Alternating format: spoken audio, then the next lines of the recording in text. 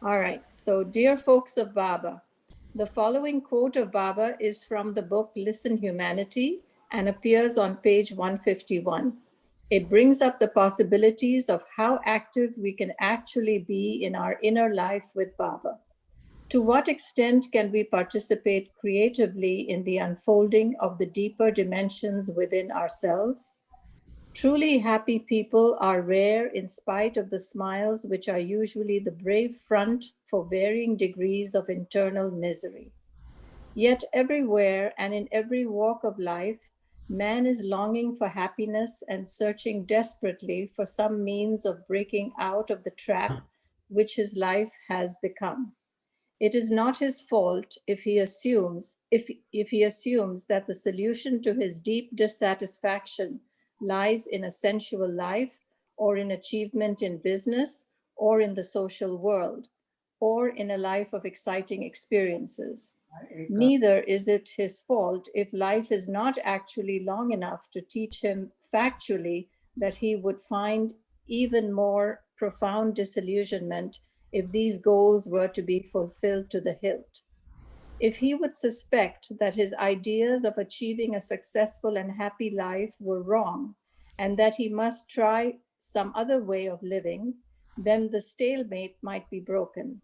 A new line in the divine picture is sketched only when some individual takes life forcefully in his hands, breaks up the old patterns, and insists on creating something new by his own inner vision.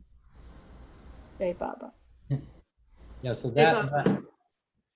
that was Baba's quote.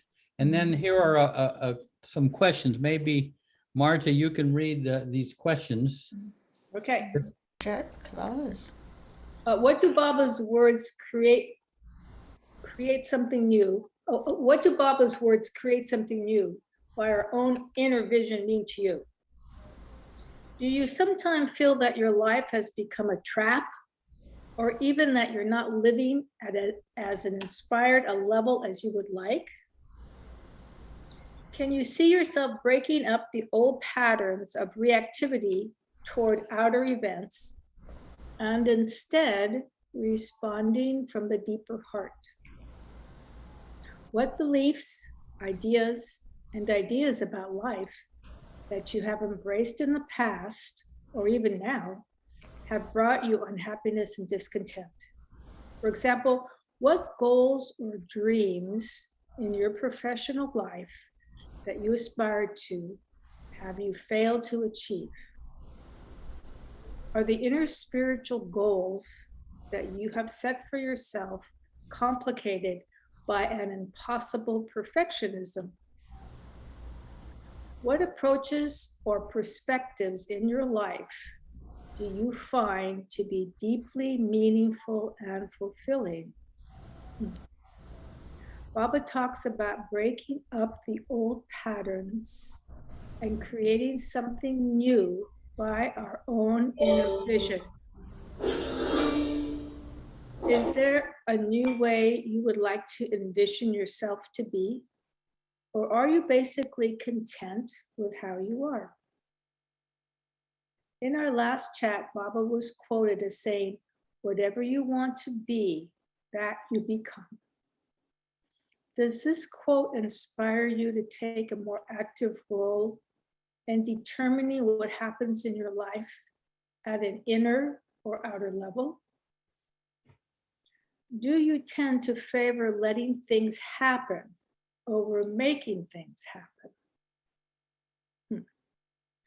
Can you be happy and content on one level, say spiritually, but not happy because of your life circumstances?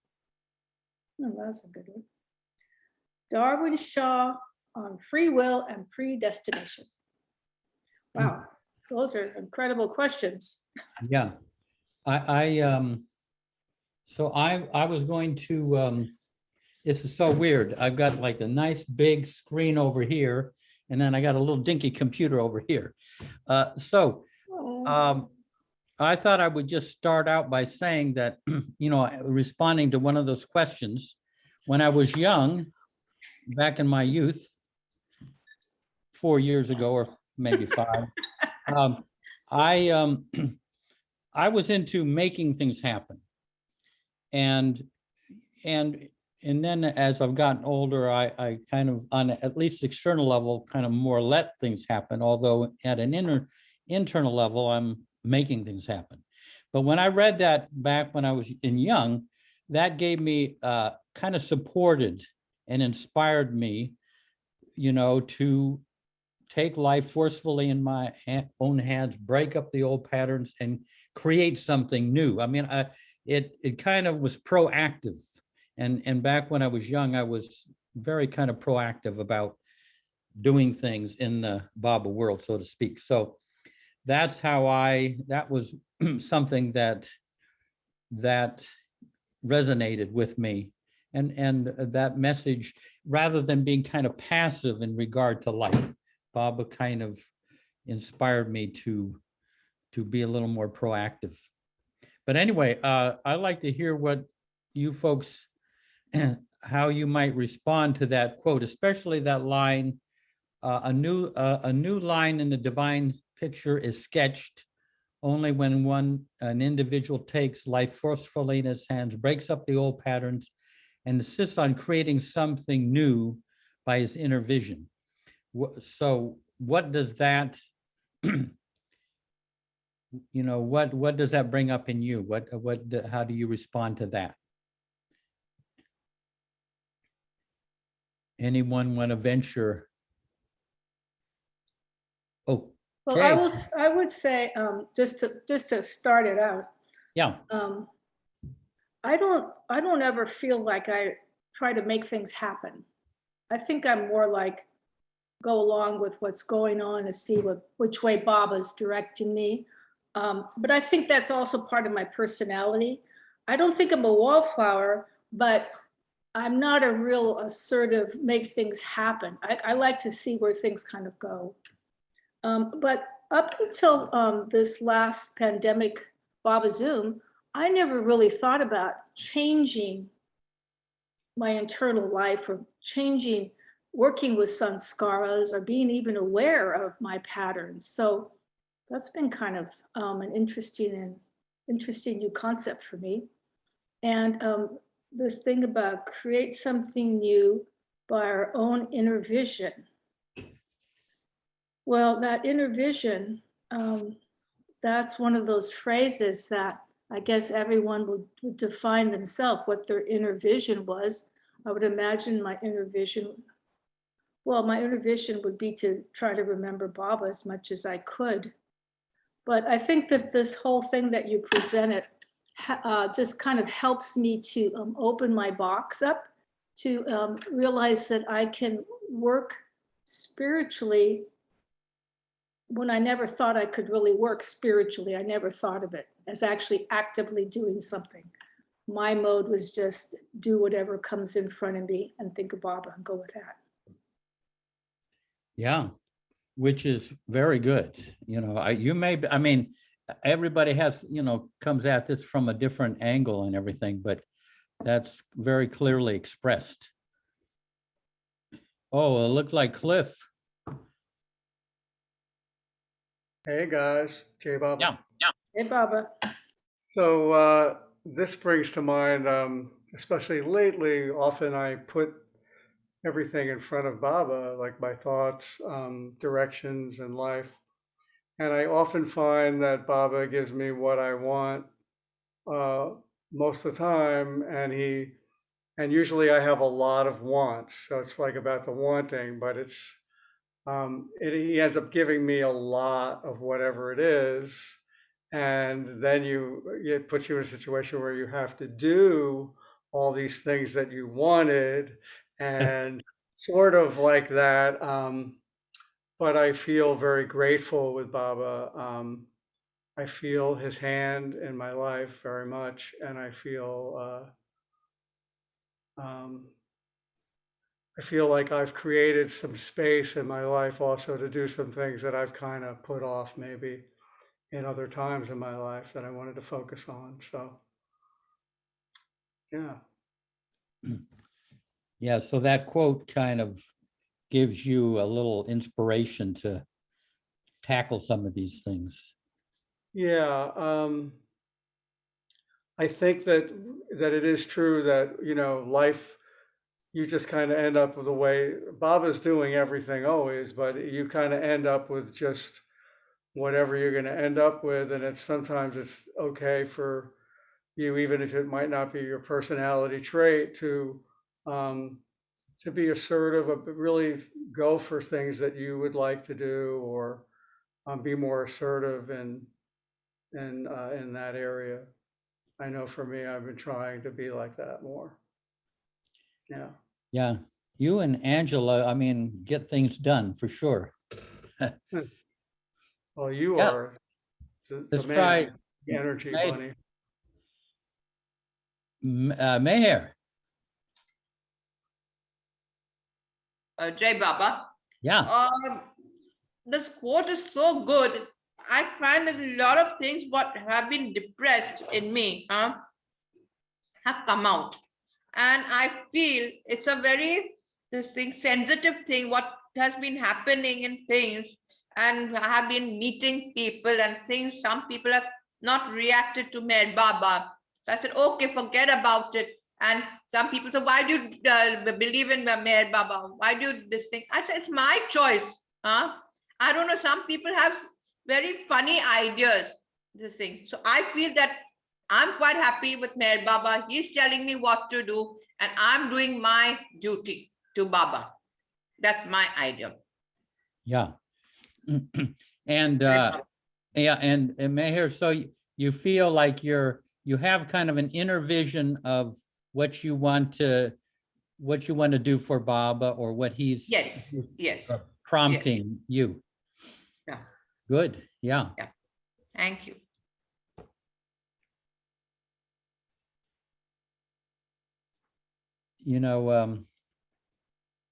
Here was an interesting thing. I at the end of that list, I put Darwin Shaw on free will and predestination, because that kind of comes up here. So I asked him one time how he came down on free will and predestination. And he said, well, what do you think? So I came up with various phrases. And the thing that he signed off on was spontaneous predestination. Spontaneous predestination. What the heck does that mean? Well, this is what it means, that love was there before creation. It is, and then creation is like this film that's been shot, but it's like it's in black and white. And with the love that we have in us, we can put the colors into this black and white creation, this black and white film. In other words, we're all destined to be on the screen here. And this could be like a real boring thing, or we could put some colors into it, So it's not like a passive approach to existence where you have to it's a film and then you got to get through the film. We have an active part because of love to put colors into it, make it much richer and lively. We'll see what Tricia, so she's an artist, so she, I just going to try and find this quote I read this morning on Facebook by Kurt Vonnegut. Is that his name? Yeah. Yeah. Vonnegut, yeah. Yeah. Okay, let's see if I can find it. Sorry. Here we go. Okay, this is really cute. Kurt Vonnegut tells his wife he's going out to buy an envelope. Oh, she says, well, you're not a poor man. Why don't you go online and buy 100 envelopes and put them in the closet? And so, this is him speaking, and so I pretend not to hear her and go out, and I go out to get an envelope because I'm going to have a hell of a good time in the process of buying one envelope.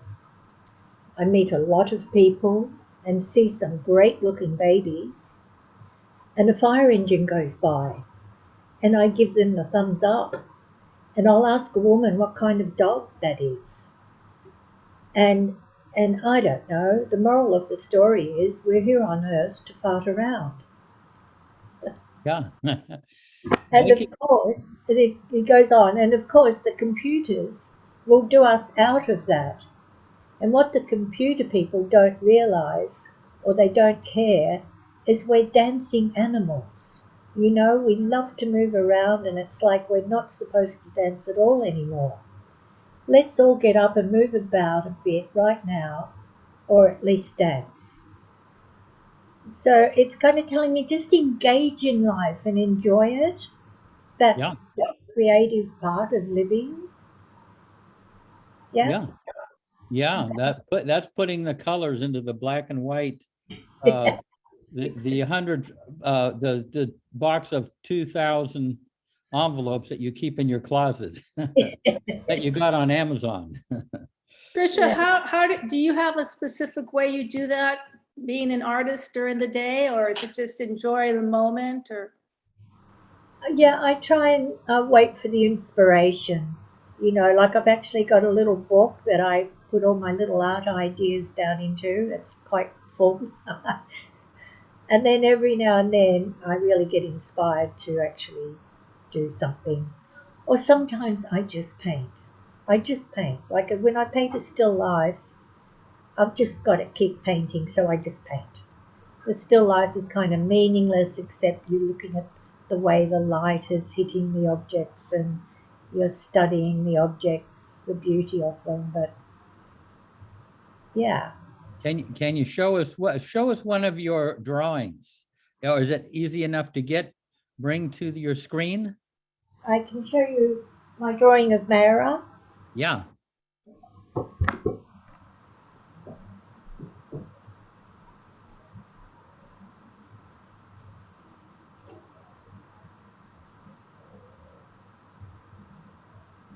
Jeff, I hit spotlight for everyone, so everybody. Oh, good. You. Oh, Oh beautiful. my gosh. I That's know, she's beautiful. really, Oh, It's oh my beauty. God, Trisha. Oh my Gorgeous. God. You know what? I didn't draw that, Barbara did. I was in Yeah. India. I was in India. Oh My my husband had recently died, and I went to India, and I was staying in the condos. And I had brought my drawing stuff with me, and I just started drawing them up, and wonderful. What does Beautiful. that mean? What's the media? it's charcoal and white chalk on grey paper. It is so natural. It's stunning. Incredible. Absolutely. show us one more. Wow, that's So beautiful. beautiful. My goodness. Just Yes. beautiful. That So was, oh, Yeah. love that expression. Is that Baba's face, Trisha? you can tell she's taking life forcefully in her hands, but she's not Oh breaking. my God. Oh my Oh God. my gosh. Gorgeous. Incredible. Incredible. Yeah. Wow, Beautiful. absolutely, Beautiful. absolutely beautiful. And Yeah. Wow, so lifelike. Okay. Wow. I Oh call my it my Rembrandt cover. So breathtaking. just Tricia, just one more. Yeah, can't get enough. Oh. Since you have a guitar there and violin, if you could also do a song. Yeah. The violin is It's deep. a still that? life.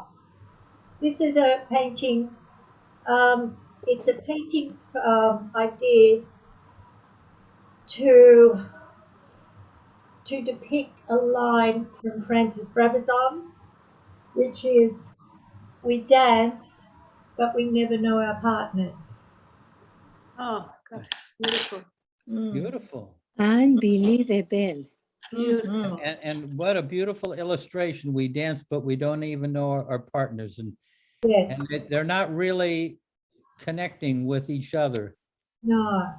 Or Oh my- somehow they're Wow. That is unbelievable. Yeah. Mhm. Thank you, Beautiful. Krishna.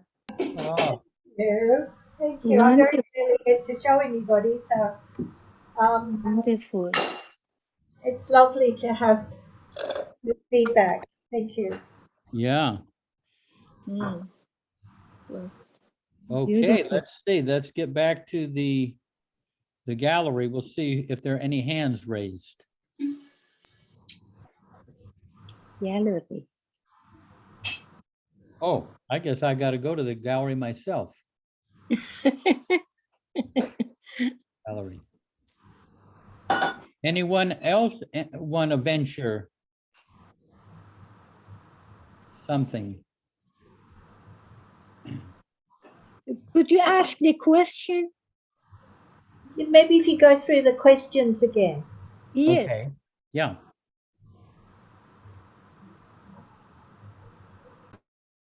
Marta? Yeah. Yeah. The questions are, what do Baba's words, create something new by our own inner vision, mean to you? Yeah, stop at that one. See if does anyone What have, do Baba's words, create something new by our own inner vision, mean to you? I could okay. say that it one's attitude. That's creating something new, and you change your attitude towards adversity or unpleasantness, the trials and tribulations of life, when you change your attitude towards that. Yeah. Yeah. And not deciding, say, not to react negatively, but to kind of respond differently. It could be a whole change at an inner vision. I mean, some people, as you know, who might have been very pessimistic earlier in their life, and they changed their attitude and they became much more positive in their life. I mean, sometimes dramatically. What about Marion? Marion has usually got. Oh, I'm here. Hi. I don't think I have anything real profound. I think in looking at that, it wasn't new information I got, but looking at it anew, the questions, and that is, I look at patterns that I repeat over and over and over. And then, even though this has taken decades, I've uncovered many and how they go back to my childhood, but ones that are current now are not enough time and too much to do. And so so I can prove that out every day, because I have so many. I'm writing a book, I have things I'm clearing out in my home. There's just a lot that I'm doing. And then a few years ago, I decided to actually admit those were beliefs that I keep proving out. And they were the most difficult ones. Those are the ones I've been hanging on for decades and decades and decades. And so I see there is a deliberate, as I'm turning it over to Baba, fresh, as though I never heard the word before. And I had to start fresh with those old ones, those two old ones, and not just rely on the psychological and spiritual work I've done for so many decades of exploring what that keeps me from. And it keeps me from a certain freedom, a certain allowing Baba's goodness to come, rather than working harder. And so as Baba said in the discourses, you don't have to go back through all those millions of lifetimes. I can just deal with this lifetime. If a past life is revealed to me, which they have been a few around this area, they have been revealed to me where I repeated those patterns in other lifetimes of giving up a life of ease to remain kind of the orphan girl in a home where I had to work very hard, and not going with the man down the block, this is medieval times, who maybe would have married me and taken me to another life. So I've had certain revealings about this. So this seems to be a major, I've looked at many, many beliefs that have taken a lot of work to look at, but these two, then finally a very wonderful teacher said, there's early childhood experiences that remain a gateway for transformation your whole life. And the key word is gateway. So it's a gateway, it's an opportunity. So when it comes up now, and I'm so too much to do, I don't get to writing my book. So I said, well, what would happen if I wrote the book? It was Bob who guided me to that. It would be like I'd be visible and I'd have some kind of ease. So I'll end it with that. I am still dealing with those that I finally took the veil off, said they are beliefs. They're not just in my life, and I'm a victim of these two conditions, not enough time, too much to do. So thank you. Yeah, I think, I bet everybody, raise your hand if you have too much to do and you don't have enough time. Who would comes under that category? Oh, you guys, that's very good. If you can Yeah. balance that, Yeah. you're doing very good. But I mean, That's- it is pervasive, you know, as a, you know, like I say, these patterns, you know, I've got way too many things to do and there's just not enough time. Yes, I mean, thank that is a very, and very, like you say, it is a heavy preoccupation, you know, and then it's hard to do the things that are really nice to do, the spontaneous things, because you're Yeah. on a schedule. Right. Nasreen, yeah. Yes. No, I'm agree with you. We need more time. I want- need more time to do my own things. We could ask Baba maybe to have 30 hours in a day, Yes, yes, yes. add, and we'd fill that up, believe me. I think some scientists say we're getting a second sun soon. I don't know, or something like that. So maybe that'll happen. we'll have longer days. Let's see what Tony has to say here. Hi. That's one of my favorite quotes. A new line in the divine picture is sketched only when some individual takes life forcefully in his hands, breaks up the old patterns, and insists on creating something new by his own inner vision. That has always spoken to me, and in itself breaks up patterns of my own, of delay, of hesitating, of putting off. There are a few things where Baba has been clear that he wants something of me.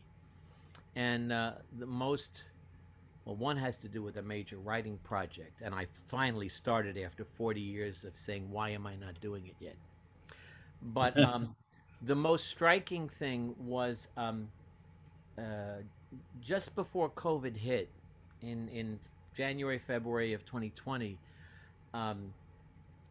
there was Mayor Baba House in New York had lost most of its members, and particularly its board members. And there were a few people who were doing their best to keep it together, but it was bigger than they could handle, I think. And it came time for Baba's birthday. And I have a particular feeling about Baba's birthday. I hadn't been as conscious of it.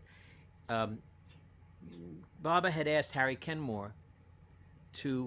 Harry Kenmore to organize a public celebration in New York every year, free to the public, for his Silence Day and particularly for his birthday. And when the society, Kenmore died and the society got taken over by a psychopath and eventually people left. But Baba House always continued that tradition of having Baba's birthday celebrated in New York. And this year, in 2020, they had decided that it wasn't possible. And something in me, and they said, we'll do it jointly with Nashwan, who is like 3 hours away. If you're in Queens, he's almost 4 hours away. So it's not realistic for but something in me said, no, Baba wants this in New York. I felt it. I felt Baba clearly. And so I tried to influence the people on the board because I don't want to be the one that does something. I don't want to lead something. I don't want to, it's not me. And nothing I was doing to influence was helping. And Baba within me was calling so intensely. And at one point, I woke in the morning and I spent, the way I described it to my wife was I spent a half an hour in bed tussling with Baba over this. And I felt that Baba said, call Zeke. She was downstairs. And I described it to her.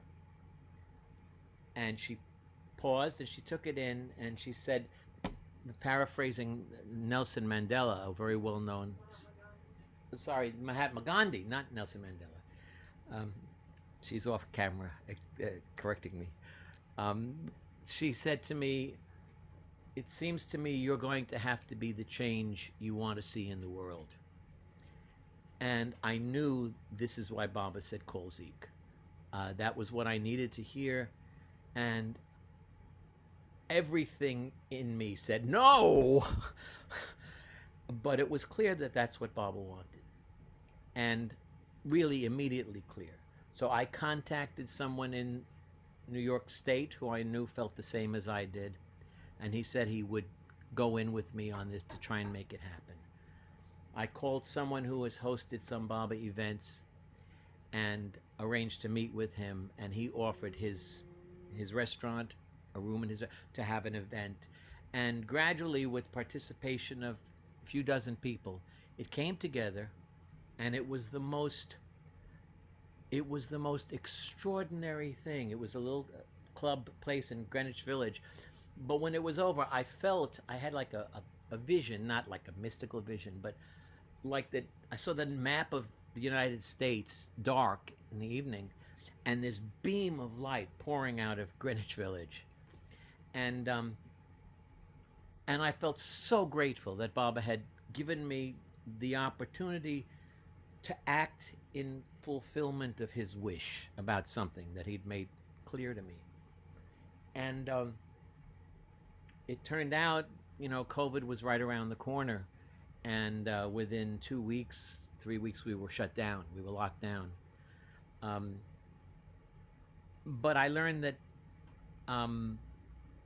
there's no greater joy that I've had in my life with Baba than in being connected to something I know Baba actually within me says, I want this. This is my wish. I'm still, that encouraged me to actually finally take up that writing project that I'm working on now. I don't care how long it takes, but I'm working almost every day.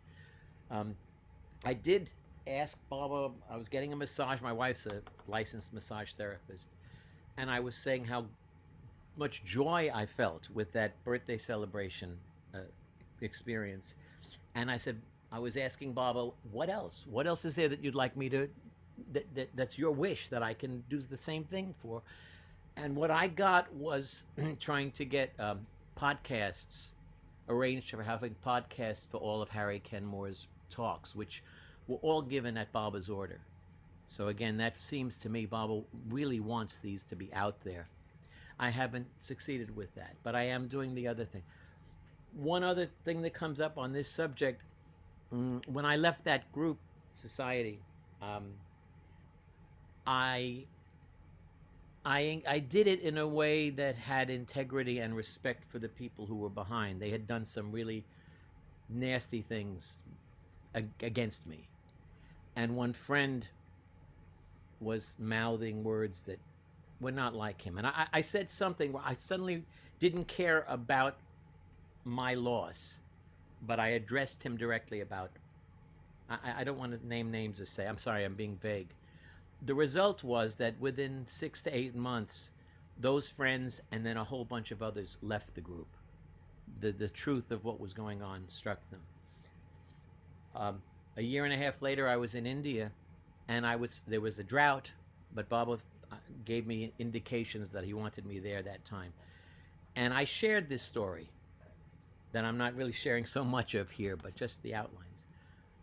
On the last day, Mani came to me to say goodbye, gave me this wonderful hug, looked me in the eye, and she said, "Thank you for making it all happen." And I thought, Making what? I've been here for a month soaking in what you all have been giving me and Baba has been giving me. And she picked up that thought and immediately grabbed my eyes again and said, thank you for making it all happen. And I knew it was Baba speaking through mine. And it took decades to figure out what I think that was about. But the gist, the ultimate gist of it is we can make things happen. I thought it's Baba does everything, and yes, Baba does everything. But within this play, he's come to work with us and to say, I want you to do this, I want you to go there, and I want you to make this happen. So there were two things that related to that. Baba was in effect saying to me, you made this happen, and thank you. I thank you for making it happen.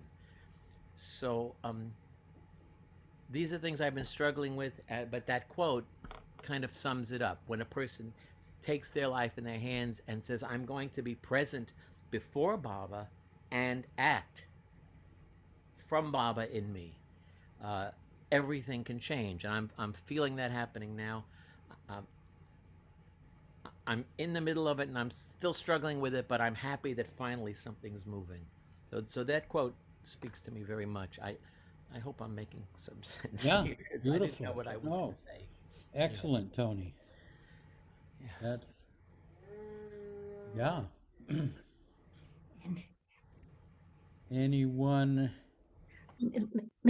This is Marion. Yeah.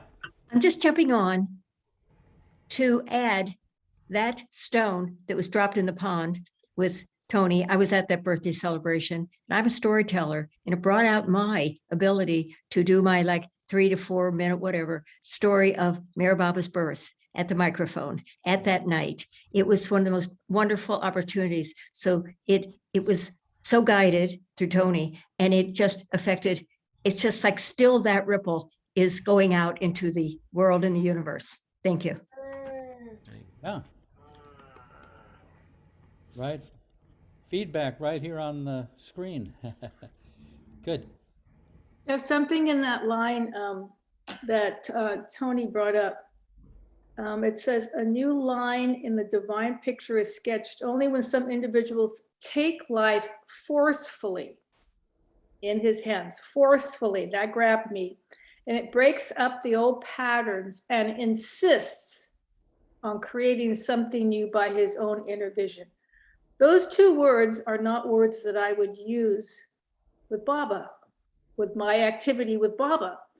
And I really, Tony's story really spoke to me because I to put on an event, oh my God, it's maybe me with 10 other people and I'll follow, but so I can really relate to that, and that really spoke to me. But this whole thing about forcefully taking it in your hands and insist on creating something new. I think there's something in my mind about my will and following Baba. It's don't lead Baba, follow Baba. So there's something about that I'm not quite lined up with yet, but it caught my attention with Tony's story and those two words, forcefully and insist. Yeah. Erich used to say, someone would say to Erich, but who am I to serve Baba? Mm. And Erich would turn it around, who are you not to serve Baba? Who am I to tell others about Baba? Mm. And he would turn around, who are you not to tell others about Baba? Get over that kind of false modesty or whatever. But Tricia. Yes, Tony's story, and my mind is thinking of my Jim and his incredible passion, how he would forcefully do things. Like he built one of the largest archive collections of Mayor Baba's books by and about Mayor Baba in the world, right? private collections, his private collection, right? And in a way, it started off as a little hobby, but then it was just kind of like he just got on fire. I mean, he wrote to people in India and got all these books, and then he felt the weight of the responsibility of having all these books. So then he had to decide where he could have put them. So he ended up donating them to Avatar's Abode, but in a way it felt like, even though it was really forceful, well, that was Jim's nature. If he was going to do something, he'd do it. He'd put 100% into it. But it always felt like Baba was pushing him into it. Yeah, that it was kind of like an honor, but also a duty that somebody had to do it, and Jim got he got the privilege of doing it. Yes. Yeah, and that whole building was created there at Avatar's Abode to house, That's uh, right.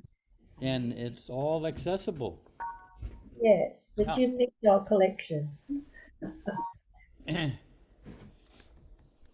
I don't know if Alan knows what we're talking about. I don't know if you got that email sent out. Yeah. Hey, everybody. Yeah. I've been just listening to everyone's sharing. I am also caught. Ever since I read that line in Listen to Humanity, maybe a year or two ago, for the first time, that line has stuck with me, and I as well just feel like, specifically, the ingredients of that sentence of,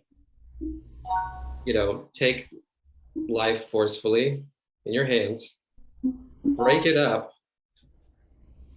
and then insist on creating something new by your own inner vision in order to sketch a new line in the divine picture. So if that's the equation, that's, for me, in my mind, how it works, then it's not like there's anything. It strikes really deep, like Tony was saying. It's just like it really strikes something deep and breaks up something for myself that I don't even know what that is, but it's like it's so direct, and it's so also expansive, and I can only relate to the fact that I am noticing in my own life that the only times, or what I'm faced with in my life now is, for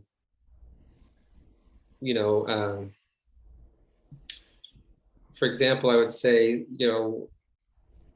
letting Baba worry for me. Lately, I've been experimenting with that. For example, I'm going to let you worry about this, Baba, because and I keep remembering to myself, like, if I'm worrying about this, Baba can't worry about it. And, I really don't want to worry about this. This is too much for me. So I'll just kind of practice, or just go into kind of dropping into my, from my head and into my heart, and really feeling that, what would it be like in this moment to really actually let go of this, and not even know what that means, or not know the equation of how to do that, but just drop it into his lap. What would that be like? And not even questioning it, but just, it's like an out breath. It's just like, okay. And it's some stuff that, because in particular, right now in my life, my mother, going through a lot. She just fell and broke her wrist pretty severely. She's gonna have to have surgery, and some other personal things have been happening. So very intensive emotions and mental strain, and not really a lot of room to run from such strong sensations. But and having the sensations and the pain be so, I would say, mental, emotional, physical, having it be so consistent and turned up, like the volume turned up, so loud. So whether I sleep or I wake or whatever I do, there is that this scenario, this has been, it's consistent. But with these moments of actively, focusing on him, and, like I would talk to anybody, not anybody, but somebody that really, really means a lot to me, the most to me, speak very honestly and out loud sometimes. And I find that there's almost no need for an exchange of words, but there's suddenly like, just let me worry about that, will ya? kind of thing. And then there's like, oh yeah, it's like this remembrance again and again of that, because it's so, like I said, intense, that there's no distraction, there's no books, there's no people, my wife, my friends, nobody I can, this is so intensive inside myself that I have to give it to him. And so when that's happening, there's also the beauty and the spaciousness of, if this suffering wasn't here, my face wouldn't be so turned towards him.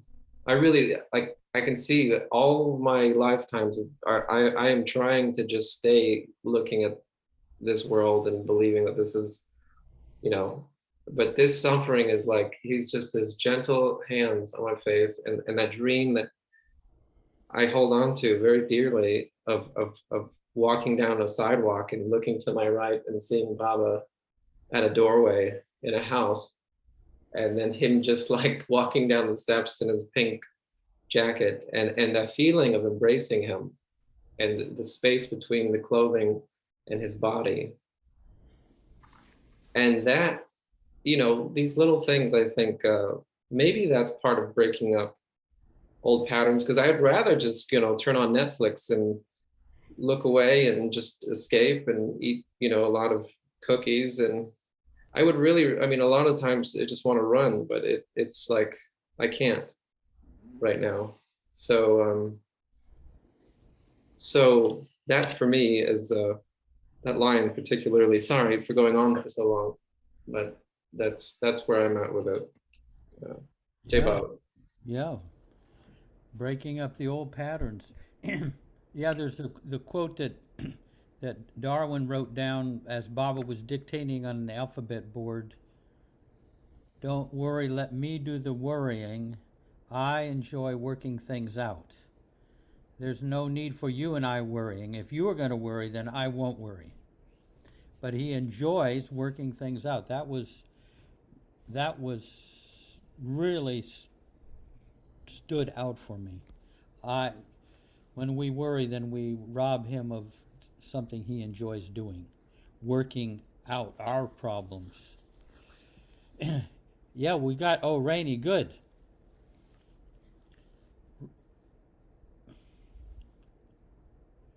We can't hear you yet, but we still. Can you hear me now? Are we there yet? You're good. Oh, we can never tell with this computer, right? What comes to mind a lot when it's talking about actualizing things, whether you want to or not, or do I stick my neck out too much? Do I say too much? And torturing yourself when you say whatever you say, and all that sort of stuff. It brings to mind that in Dust I Sing is all about where we're not at, why we can't get there, blah de blah, what we should do to get there, or what would be a good idea to drop off. But the beloved is all in all, is kind of where to get to, what to give up, what to proceed with. And so there's 3 poems in it that come to mind, but of course I'll just read one of them, and I'll shuffle them, and I'll just let Baba decide that. One is about the Hobbit, of course, which is the greatest piece of wisdom we can see, that I don't want to leave home. All the Hobbit really wants is to sit at home in his armchair and smoke his pipe. I don't want to do this type of thing. And then the other one is, and that is Hobbit is page 45 in The Beloved is All in All. The other one that came to mind was Time Was, which is sort of autobiographical of time was, And not so long ago either, when I sought for rewards. But hey, now I just look on while others take their bow and let the world applaud. That too is a great poem of resignation. But of course, does he let us resign ourselves to all these things? Nothing doing. No, he does not, as Tony found out. He does not. Rainey, I don't want to miss a thing. So will you remember to go a little slower so I don't miss your words, please? Oh, that terrible accent and the Hindi. Oh, no, I didn't say that. I didn't say that. No, I'm joking about the Hindi, and you must have seen that article on the teleprompters, the telesellers on TV, and they have a course for Indians. You must be obeying time limit, speed limit. You cannot speak as fast as English and Indians do when you speak to Americans. I'm well aware we speak way too fast. That was good. That was good. Thank you. I shall drop my jaw and I'll add my R's and I'll slow down. But anyway, this Guzzle 80 came to mind. And let us know just when you're speaking or when Francis is speaking. I get a little mixed up.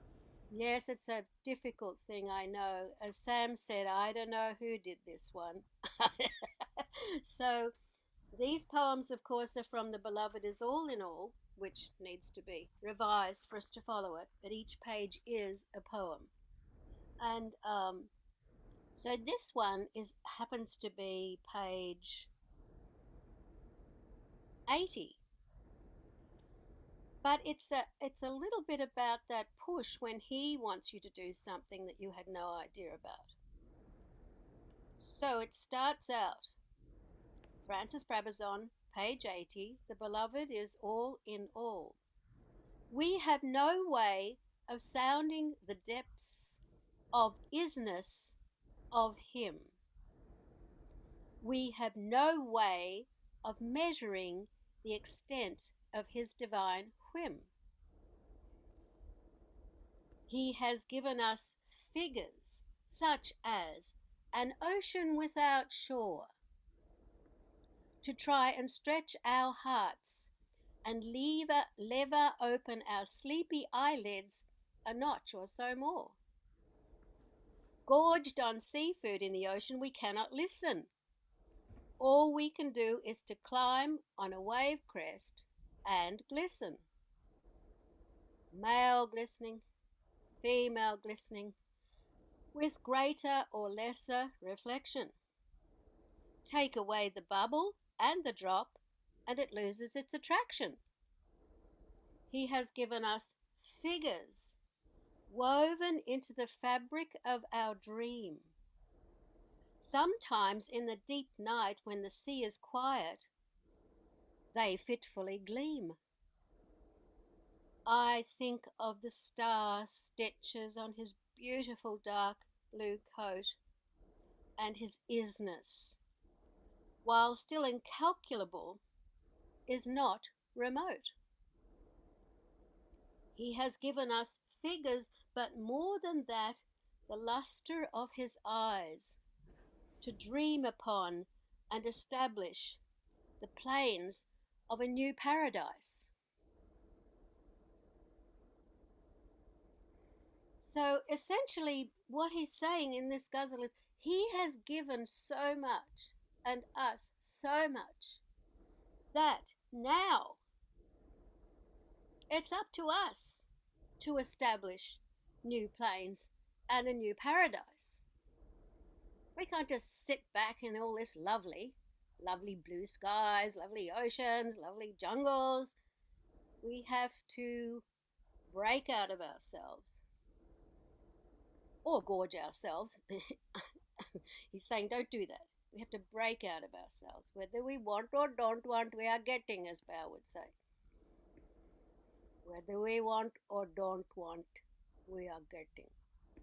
And so this ghazal, I swear to God, I never saw it before in my life. I opened it up to The Hobbit, and it was sitting folded inside The Hobbit.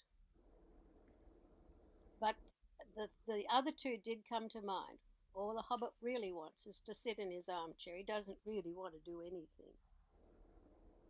And the other one was time was when I was really ambitious, and now I'm not, because Barbara's got to do everything. Without Pops, Barbara's given us all these figures, all these examples, and it's up to us. We must get on with it. We must create a forest. We must create a glistening, glorious dream. We must create a new paradise. So somewhere in the middle of sitting back and doing nothing like a hobbit and creating a new paradise is the simple way to live with Maya Baba. We must stand up and sit down at the same time. Beautiful. Great. Hey, Tricia, speaking of Australian accents, share that little exchange with Mani for Rainy. Okay. She might have been here when I said it. Anyway, I'll tell it again for the others too. My first trip to India. I'm sitting on the veranda and Mani comes past and says, Patricia, how are you getting on with all these Americans? And I said, okay, Mani, but they can't understand what I'm saying. She said, I beg your pardon?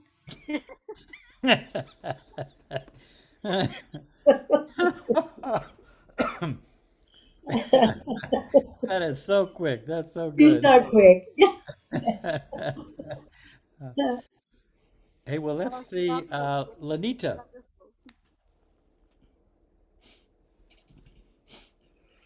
Lanita, what you got there? I just want to say a little something about, I think I have no say. Baba is tossing me around. I live in Brazil. He took me to New York. From New York, I'm here, in Myrtle Beach now, and I volunteer at the center. So it feels like he's drawing me too close to him more and more. I know Baba is everywhere, but here is a very significant, place, a sacred ground, where he was here. He said he always gonna be here. So I never felt that I was gonna do anything for him,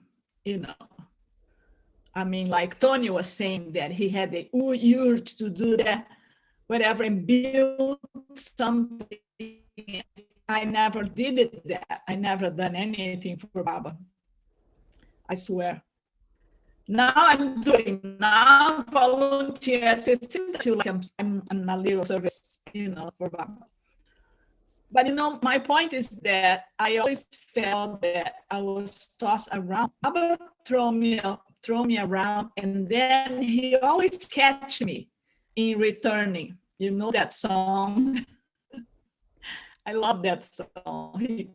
He throws ourselves around, and then he catches on returning. And 3 years ago, I started going through lots of emotional turmoil, crying at the at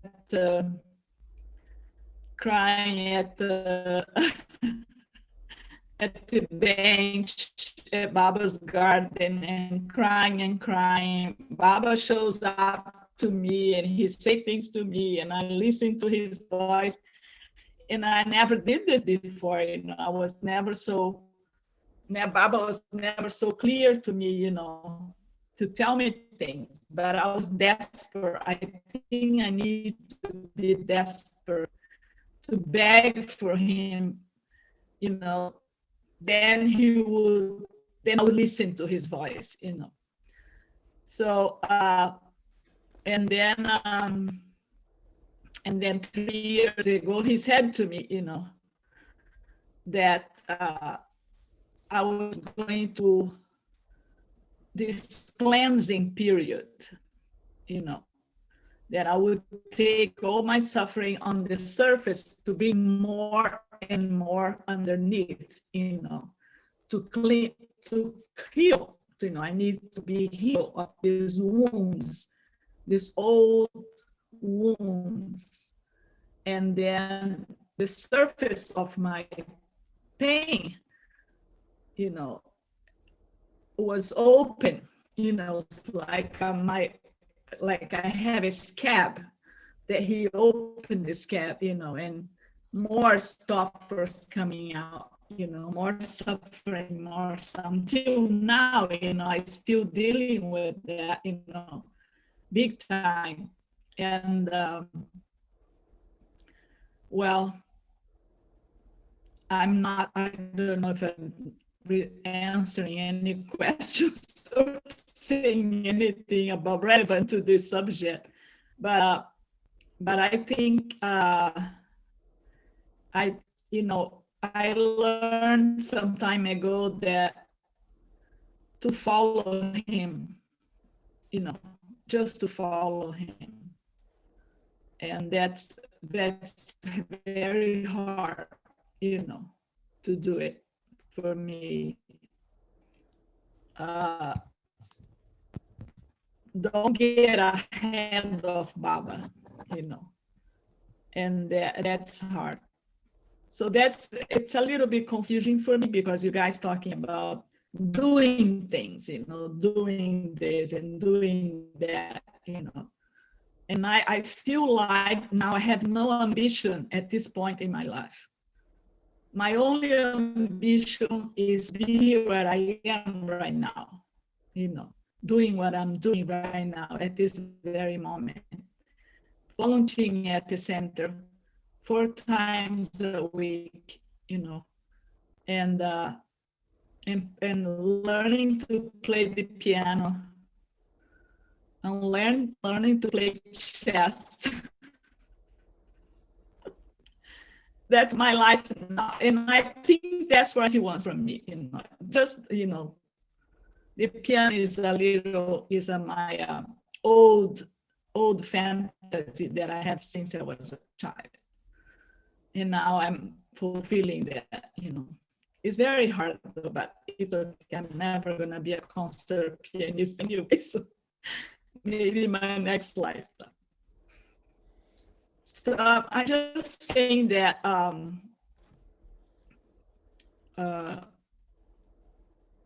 yeah, I guess. I don't know if I answer any of those Baba's questions, but well, that's where I am right now. No, you care deeply from and I'm happy. Yeah. I'm suffering. I'm in pain. My heart is broken many times. He's breaking my heart over and over again. Almost every day. Every day, I think. My heart is broken and broken and broken. And I heard that he does that so he can get in, The heart is gonna be broken. We can make omelette without breaking the eggs. So I feel like he's getting in there. And I want to just allow him to be there. Isn't it Leonard Cohen? Thank you, wasn't it Leonard Cohen said that's how the light gets in? Yeah. Same with Rumi too. Rumi. The Rumi comes in through the wound. The light comes in through the wound. Yeah. Why am I not hearing anything? Is nobody talking? We are talking. What? What did you say, Jeff? I can't hear anything. No, we are talking. You were breaking up a little bit. Can you hear me? Yes. We were hearing you, but a little bit distorted. Jeff, can you hear me? Yes, but you're distorted. Goer, were you able to hear her? It's my connection that's Yes, but she's breaking up very badly. Yeah. Yeah. As long as you pay, when you start paying your rent, Lenita, they'll give you better Wi-Fi. Bronny. Sorry about that. Next time. No, that was very touching, very touching. So, Bronnie, yeah. Yeah, hello. I was a Hey, bit my late. friend, what are you talking? Yeah, go I ahead, was- Bronnie. Thank you. Yeah, I was a bit late, so I'm sorry I've missed some of it. I'll catch up with it later.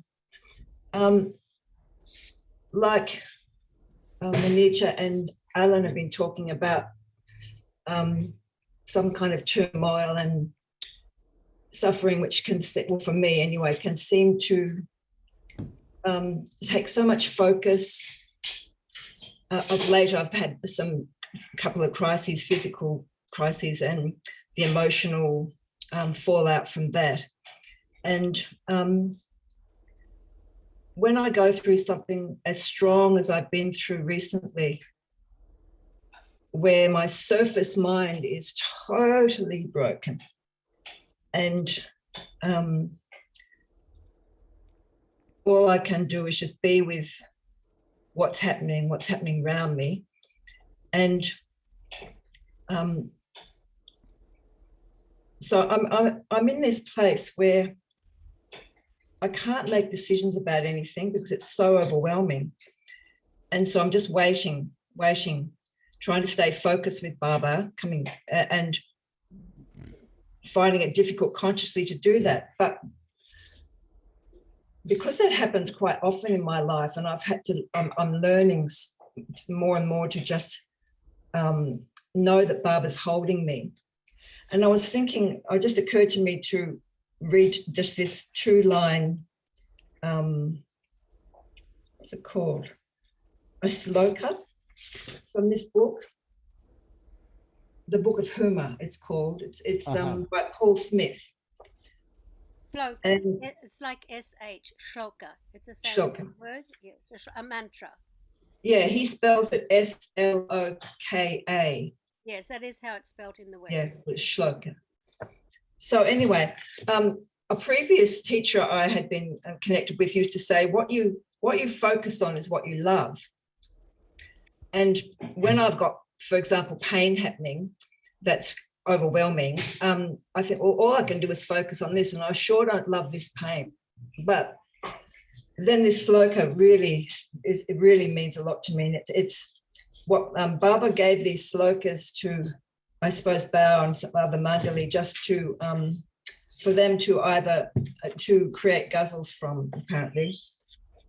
And this one goes, beloved, pain from you I love more than loving you. You are distant, but the pain is to me bringing you. I'll read again. Beloved, pain from you I love more than loving you. You are distant, but the pain is to me bringing you.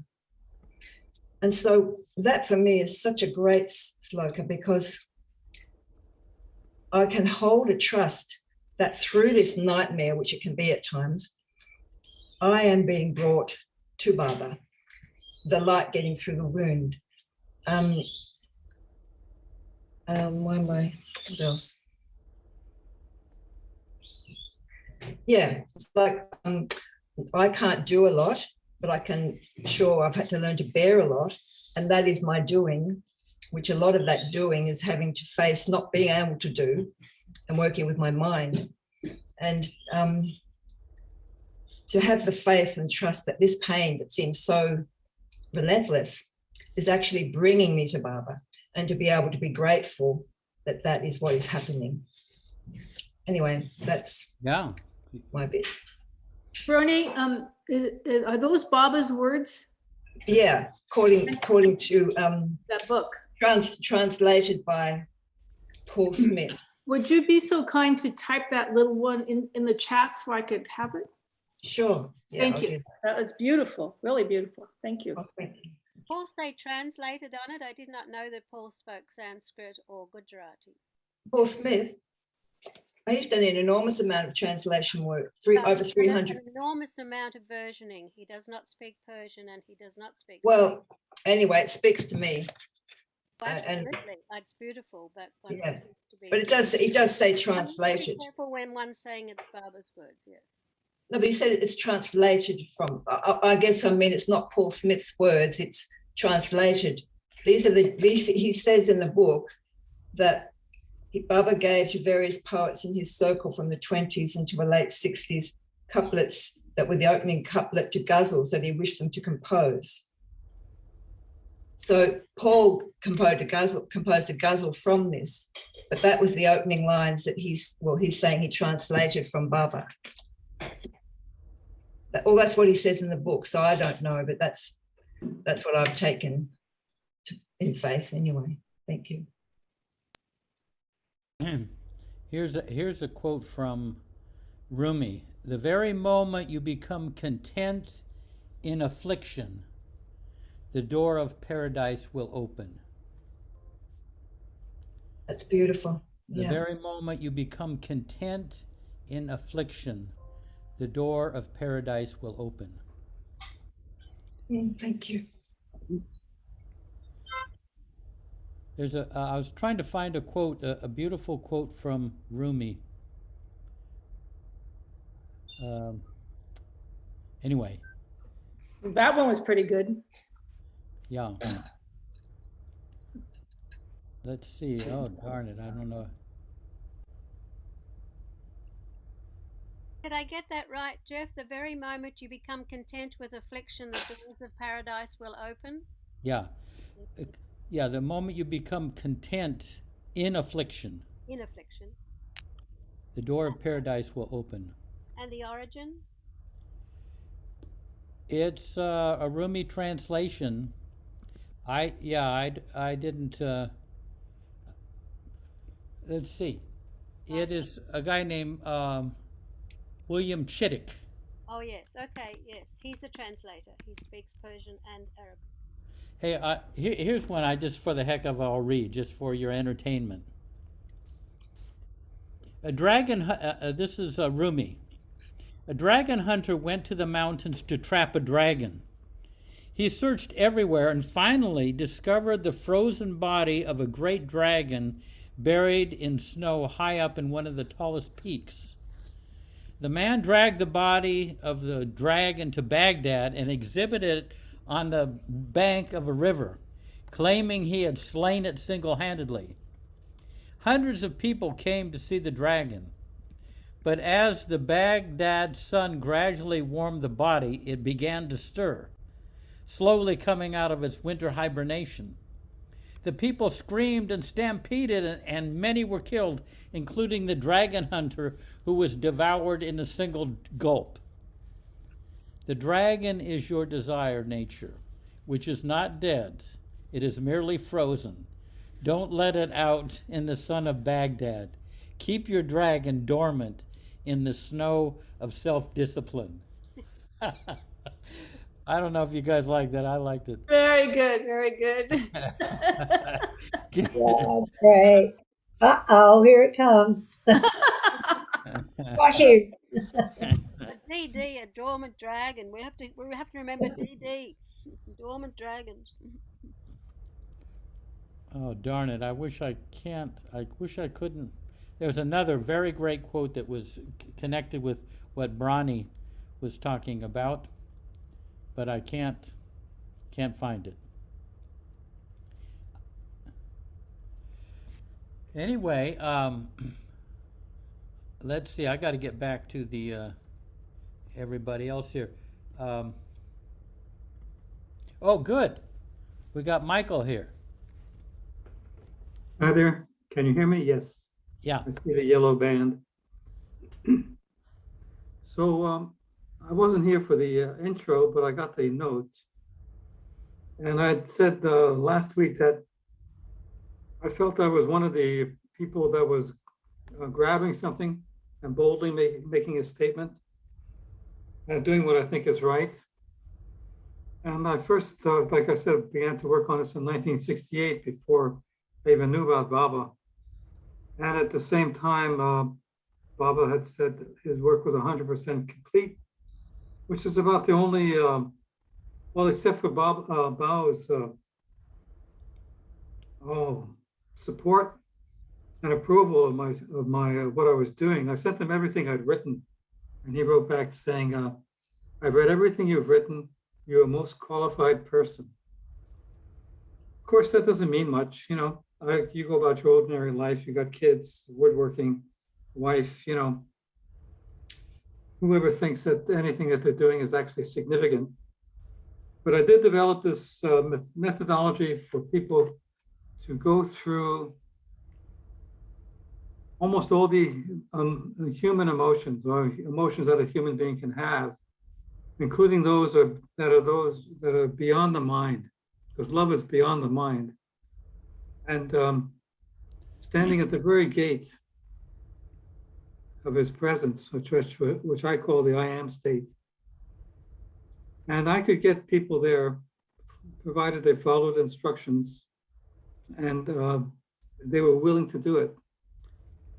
Now, I discussed this with Rick Chapman, that I was having success with these workshops that I put together, and I didn't know how significant they were. I didn't really know what I had uncovered. I felt like Madame Curie, that radium was very interesting, but what could it really do? And I didn't realize it was powerful enough to transform the world, and that I might as well have been playing with radium, because I got some setbacks when people wanted to turn me into a workshop leader, and it began to use me as an excuse to behave badly. And I said, no, I'm not going to be a guru. So I sent everybody home, and I went out and became a peddler, because I felt like I needed to acquire some humility. And then I went into selling automotive supplies to mechanics and shops. And I did that for quite a while. And I became a storyteller out of that. But I talked to Rick Chapman when I was in the heyday of these workshops, which was only 3 years. And he said, what about recidivism? And that was, that's another word for backsliding, because people would attain these heights where we could discuss the Vedas, and everybody there would understand what they were about. We could understand each other with hardly any words. The communication was so fast. It's beautiful space. And what about recidivism? Well, within a week or two, people would begin to slide down to not where they were before, but maybe a notch above. So I had done some work, and people had made radical changes in their life. But the question of recidivism just really struck me. So I thought about it for 30 years or so. Don't ever feel like a turtle on its way to God. So I realized that what I needed to do was to train people to deliver these workshops where they were required to be at source. That's the word I have for it. And a lot of the terminology is universal. I rarely use Baba's name except in the prayer of repentance, which is the ethical standards that you have to maintain if you're going to be above the line or in the realm of the soul.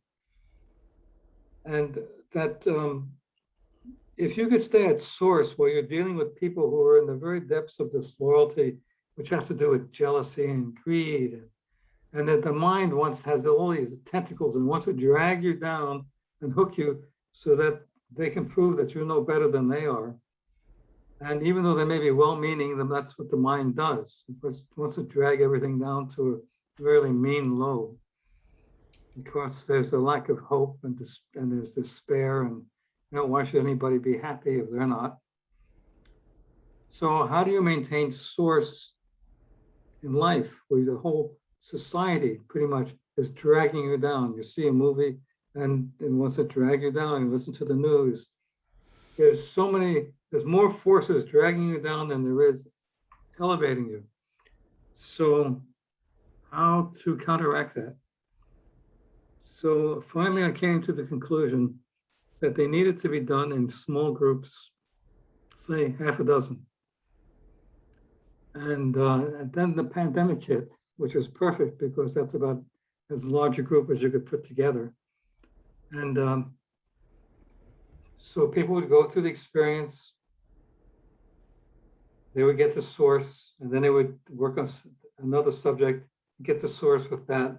And each time the group expanded, these people who had been to it once or twice would then begin to lead parts of it until they're able to lead the whole thing.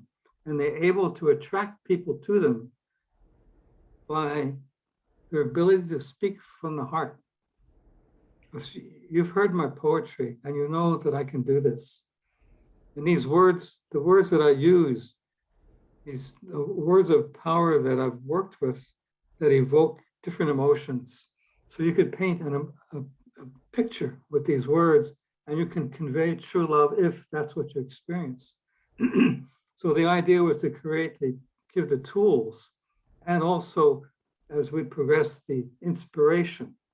But the subject matter was always up to the individuals. And nobody could run this, nobody could be in charge. And I didn't want to be in charge of this thing. But I knew that I was part of mankind. And all these groups, they would develop into really wonderful relationships because the material has to be confidential and you have to protect each other and support each other. And then people are not used to supporting somebody and being a leader. They're more used to being critical and tearing them down and finding fault. There was being cooperative because a lot of the ground rules have to do with being cooperative and non-argumentative. And this was a great little, what do we call it? The microcosm of the new humanity. And these people would be linked to each other, these different pods, you might say. And out of that, we could contact the 2 billion people that are the new humanity. And they would have the tools to be able to self-examine themselves, because that's what it is, and to be able to do it safely without being torn down and criticized or destroyed with unnecessary criticism. And because it's very hard to support somebody in being great when it's something that you're aspiring to and the mind wants to just drag you down with jealousy. So that's my ambition, if you want to call it that. It's my goal. I'm not too ambitious these days. All I want is the transformation of the world. Oh, that is such a funny idea. That's I'm not ambitious. I don't want much. All I want is a transformation of mankind. That's so minuscule. I mean, you can do bigger than that. Let's see what Rainey has to say, and possibly Francis Brabazon. I've got nothing to say. Bull twang. I have plenty to say. But when we were around him, we didn't say much. But actually, frankly, neither did he. He never said anything and he never gave a talk. But we'd read the songs and we'd read the poems. But anyway, I thought, seeing as somebody mentioned DD, the dragon, I would read The Hobbit, because that's what I thought of first. By Francis Brabazon from The Beloved Is All in All on page 45. All a hobbit really wants is his pipe and his armchair, and at times some merry music and a jug to share. And what happens? Along comes Gandalf, who talks of life's full measure, of high adventure, heroic deeds, and the winning of the hoarded treasure. And off goes our little hobbit with clinking horse gear and untrusty sword, not wholly convinced at all, rather feeling that it's all a little bit absurd. And when it comes to high passes, fearful caves, and life the stake contests of riddles, oh, how he longs again for his armchair and his pipe and friends and the saw of fiddles. Poor Hobbit, poor Hobbit. His high adventure has been going on now for 1 billion years. Don't laugh at him because he wants to sneak off to an armchair and a cup of good cheer. And no sooner settled than along comes that man, who drags him out of the chair and sets him on the road again to win gold from the dragon's lair. Great Hobbit! All the songs of the world have been composed only for you. They celebrate the long quest of your beloved and are eternally true. Beautiful. You really, the way you read them, really, you serve it up. I mean, when I read those myself, I can't get, it's not that clear. No, Rainey, actually, when I read Francis, I give up.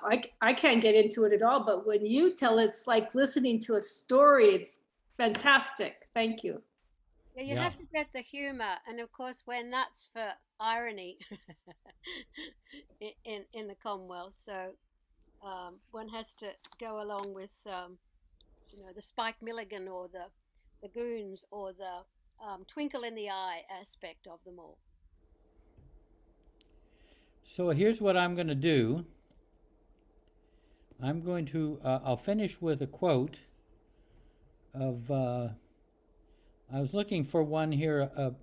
I'm going to read one before that because this is one that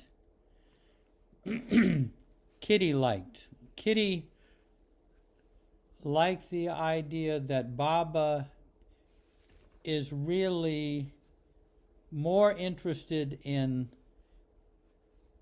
uniting with us than we are with him. That was her experience. She was surprised. But this is Saint Teresa of Avila. 1,000 souls hear his call every second. And most everyone looks into their life's mirror and says, I'm not worthy to leave this sad place. When I first heard his courting song, I too looked at all I had done in my life and said, how can I gaze into those omniscient eyes? But he told me, I made you, dear, and all I make is perfect. Please come close, for I too desire you. That's Saint Teresa. Here's one that is in Mandalay Hall that you may have read it. This is Bayazid Bistami, who was a Sufi perfect master. At the outset, I was mistaken in 4 respects. I set out to remember God, to know him, to love him, and to seek him. When I came to the end of my journey, I saw that he had remembered me before I remembered him, that his knowledge of me had preceded my knowledge of him, that his love for me had existed before my love for him, and he had sought me before I sought him. So Ganesh, have you got a final quote there? I haven't have it handy, but if you give me a moment or two, I can get one.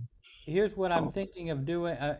I'm going to interview one more time Pratap Ahir, and he's going to tell us a little bit more of his firsthand stories of being at Guru Prasad with Baba in especially the late 50s and into the 60s. So this week or next week? I'm thinking of this, the day after tomorrow. Is that be all right for him? I'll check with him. I can check with him. And then I'm going to get Steve Klein. I'm hoping to. Steve Klein has got some unbelievably great Baba stories, very entertaining, plus wonderful poetry. And he's going to be on the center, and I'm going to twist his arm. He's very good. Okay. Great. I'll check with Pratap uncle on his availability for this your Tuesday night, my Wednesday morning. Let's say it, because Friday we have his talk in the other group, and we wanted that to happen because October 16th is his birthday, so we wanted that. Yeah, you let me know. Yeah, Just got- send Hmm. me an email. Yeah. So I'll just check with him for this one. Yes, sure, I'll do that, Jeff. And here is one quote that came as a forward, but it's very beautiful. This is by Bal Nathu, and he shares in his book Samadhi, the Star of Infinity. Once Baba gestured to me that he wished me to bow down to him. As I stepped forward, he stopped and then conveyed, place your head on my feet in such a way that you will never ever lift it again. So Baba said to Balanathu, place your head on my feet in such a way that you will never ever lift it again. Beautiful. Let's have a few moments of silence.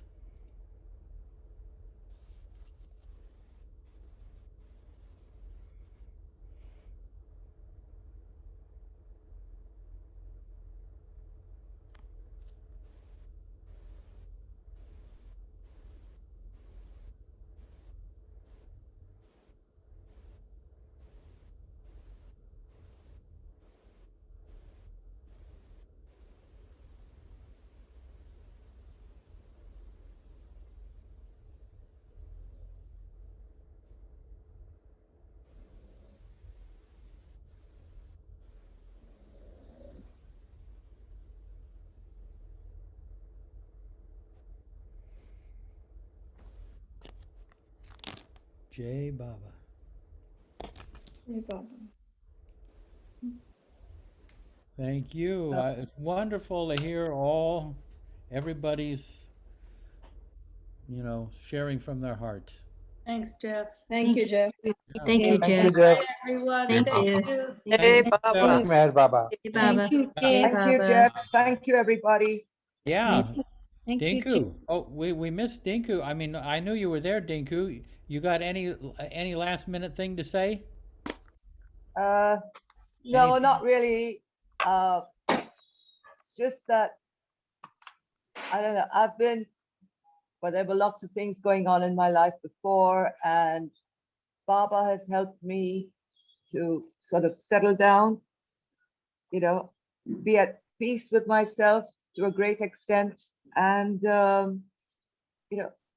I sort of live in the now. I know that he's there with me, because even though I'm not consciously or thinking of him all the time, but at the back of my mind, I know he's there and he's guiding me. Beautiful. Victory unto him. Yes. Beautiful. Yeah. All right. See you Baba. guys. Very Yeah. nice to Jai meet you. Baba. Yeah. Jai Much Baba. love. Jai Baba. Jai Baba. Baba.